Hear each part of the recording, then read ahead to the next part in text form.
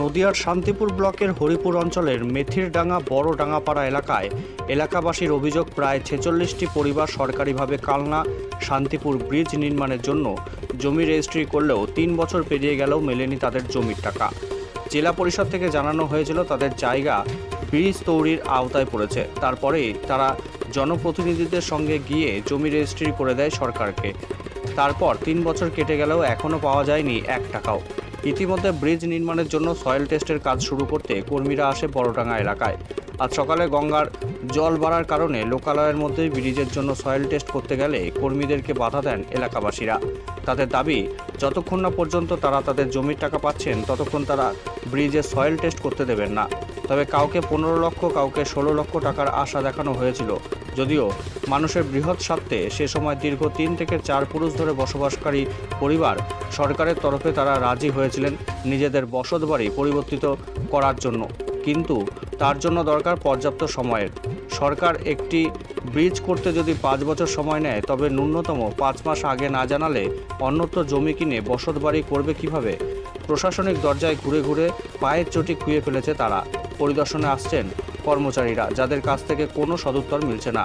তবে কোনো রকমভাবে তারা টাকা পাননি। স্থানীয় প্রধান, বিধায়ক, জেলা পরিষদ সব ক্ষেত্রে গিয়ে বিতাড়িত হয়েছেন বলে অভিযোগ করেছেন টাকা না পাওয়া ৪৬টি পরিবার। ৩ বছর হয়ে গেছে, আমরা জায়গা কিনবো না, আমরা বসতি বাস করবো না জায়গায়। আজকে তো সয়েল টেস্টের জন্য গাড়ি আমরা অবজেকশন দিচ্ছি। এর আগেও জেলা পরিষদে গিয়েছিলেন? হ্যাঁ, বলেছে কোনো টাকার কোনো গল্পই নেই। আচ্ছা, আপনারা চলে যান, যখন টাকা ঢুকবে তখন আমরা ঠিক দেবো। এটা কারা বলেছে? জেলা পরিষদের যে অফিসাররা তারা বলেছে। আপনারা কি কোনো নোটিশ দেওয়া হয়েছিল? হ্যাঁ, নোটিশ দেওয়া হয়েছিল। কি সেটা আছে, মানে যে এখান থেকে ব্রিজের কাজ হবে সেটা বলেছিল? হ্যাঁ হ্যাঁ, ওইটা না, নোটিশ দিয়েছে আগে, যারা জায়গা পড়েছে আমাদের জায়গা পড়েছে, জায়গা পড়েছে, নোটিশ দিয়েছে। তাই এইটা রেজিস্ট্রি করেও দেওয়া হয়েছে। ৩ বছর হয়েছে আমাদের জায়গা রেজিস্ট্রি করা হয়েছে, কিন্তু 3 বছরে কোনো টাকা পয়সা ঢোকেইনি। তাহলে রেজিস্ট্রি করে দিয়েছেন আগেই? হ্যাঁ, বললো রেজিস্ট্রি আগে করতে হবে। কেন দাঁড়ান পরে? হ্যাঁ, কেন রেজিস্ট্রি করতে হবে? কেন টাকা না পেলে রেজিস্ট্রি কেন করবেন? ওই সিস্টেমেই তো সবাই করছে। আপনাদের এখানে যারা জনপ্রতিনিধি আছে যারা, তাদেরকে জানিয়েছিলেন? পঞ্চায়েত প্রধান, মেম্বার, সবাইকে জানিয়েছিলেন? হ্যাঁ, সবাইকে জানানো হয়েছে। ওইটাই সিস্টেম, আগে রেজিস্ট্রি হবে তারপর টাকা ঢুকবে। বছর হলো সরকারকে জমি রেজিস্ট্রি করে দিয়েছি, আমাদের টাকা পয়সা দিচ্ছে না।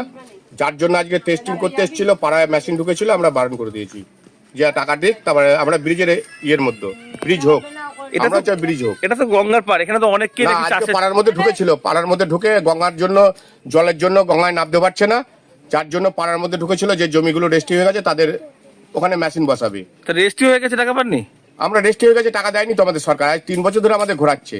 আমরা জেলা পরিষদ অনবরত যাচ্ছি আর ঘুরে আসছি। টাকা পেলে তবেই তো রেজিস্ট্রি হয়। না, আমাদের টাকা দেয়নি, এটাই সিস্টেম আর কি। আমাদের নদিয়া জেলার সভাপতির এটাই সিস্টেম।